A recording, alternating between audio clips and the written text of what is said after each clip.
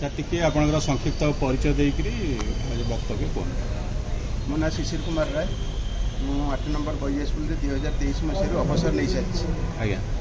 ମୁଁ ଚାକିରି କାଳ ଭିତରେ ପିଲାମାନଙ୍କୁ ନେଇ ମୁଁ ପ୍ଲାଣ୍ଟେସନ୍ କରିବାରେ ମୋର ବହୁତ ଆଗ୍ରହ ଥିଲା ଏବଂ ସେଥିପାଇଁ ଗ୍ରୀନ୍ କ୍ଲବ୍ ନାମରେ ଗୋଟେ କ୍ଲବ୍ ମୁଁ ଗଠନ କରିଥିଲି। 18 ବର୍ଷ ପୂର୍ବରୁ ସେହି ଗ୍ରୀନ୍ କ୍ଲବ୍ ହୋଇଥିଲା, ଯେଉଁଟାକି ପିଲାଙ୍କ ଜନ୍ମଦିନରେ ପ୍ରତ୍ୟେକ ପିଲାଙ୍କ ଜନ୍ମଦିନରେ ସେଠି ଗଛ ଲଗାଉଥିଲି।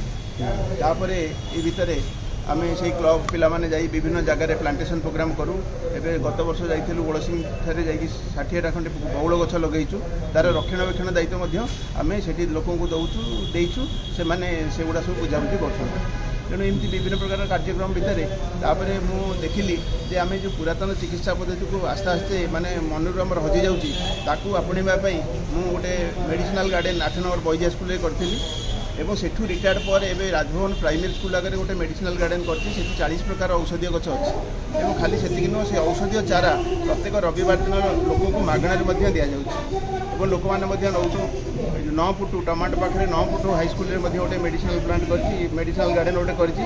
ତେଣୁ ଏ ହେଉଛି ମୋର ପରିଚୟ। ଦିବ୍ୟ ଦିଗନ୍ତ ସେବାରତ୍ନ ସମ୍ମାନରେ ସମ୍ମାନିତ ହେଲେ ସେଥିରେ ଆପଣ କେତେ ଖୁସି, କ'ଣ ପ୍ରତିକ୍ରିୟା ରଖିବେ? ଖୁସି ତ ନିଶ୍ଚିତ ଭାବରେ ଲାଗୁଛି, କାହିଁକିନା ସେ ମ୍ୟାଡ଼ାମ୍ ଯେଉଁ ଆମର ମମତା ମ୍ୟାଡ଼ାମ୍ ଯାଇ ଦେଖିଲେ ଯେ ଏଇଭଳି ଗୋଟେ ଗାର୍ଡ଼େନ୍ ହେଇଛି, ସେ ଗାର୍ଡ଼େନ୍ରେ ପ୍ରତ୍ୟେକ ଗଛ କେମିତି ରହିଛି, ତା'ର କେମିତି ସବୁ ଗଛର ନାଁ ଗୁଡ଼ାକ ସବୁ ଲେଖା ହେଇଛି ଏବଂ ଗଛ ମାଗଣାରେ ମଧ୍ୟ ଦିଆଯାଉଛି, ସେଇଟା ମଧ୍ୟ ଦେଖିଲେ। ତେଣୁ ମୋତେ ବହୁତ ଖୁସି ଲାଗୁଛି, ଯାହା ହଉ ଏ ମଞ୍ଚ ମୋତେ ଆଜି ଡାକିକି ପୁରସ୍କୃତ କରିଥିଲା। ପୁରାତନ ଯୁଗରେ ଆଦିବାସୀମାନେ ଯେମିତି ଗଛର ଯତ୍ନ ନେଉଥିଲେ, ଆପଣ ଠିକ୍ ସେହିପରି ଭାବେ ଗୋଟେ ବହୁତ ଭଲ ପଦକ୍ଷେପ ନେଇଛନ୍ତି। ଏସବୁ ପ୍ରେରଣା ଆପଣଙ୍କୁ କେମିତି ମିଳିଲା?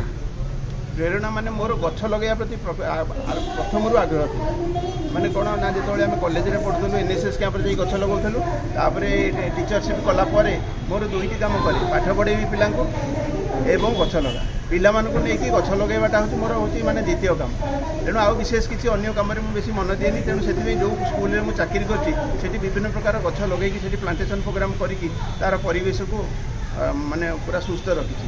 ଆପଣ 8 ନମ୍ବର ବଏଜ୍ ସ୍କୁଲ ଭିତରକୁ ଯିବେ, ସେଇ ଭିତରେ ଯେଉଁ ଗାର୍ଡ଼େନ୍ଟା ହେଇଛି, ବହୁତ ଲୋକ, ବହୁତ ମନ୍ତ୍ରୀ, ବହୁତ ସେକ୍ରେଟାରୀ ସେଠିକି ଯାଆନ୍ତି, ଦେଖିକି ସେଇଟାକୁ ବହୁତ ଖୁସି ହୁଅନ୍ତି। କାରଣ ସେ ଚତୁର୍ପାର୍ଶ୍ୱରେ ଗୋଟେ ହେଇଛି ମ୍ୟାଥମେଟିକାଲ୍ ଗାର୍ଡ଼େନ୍, ସେଥିରେ ସବୁ ଗଣିତର ସୂତ୍ର ଲେଖା ହେଇଛି, ତତ୍ସଙ୍ଗେ ସଙ୍ଗେ ତା ଚତୁର୍ପାର୍ଶ୍ୱରେ ସବୁ ମେଡ଼ିସିନାଲ୍ ପ୍ଲାଣ୍ଟ ସବୁ ଲଗାହେଇଛି ଏବଂ ମେଡ଼ିସିନାଲ୍ ପ୍ଲାଣ୍ଟର ନାଁ ମଧ୍ୟ ଲେଖାଯାଇଛି।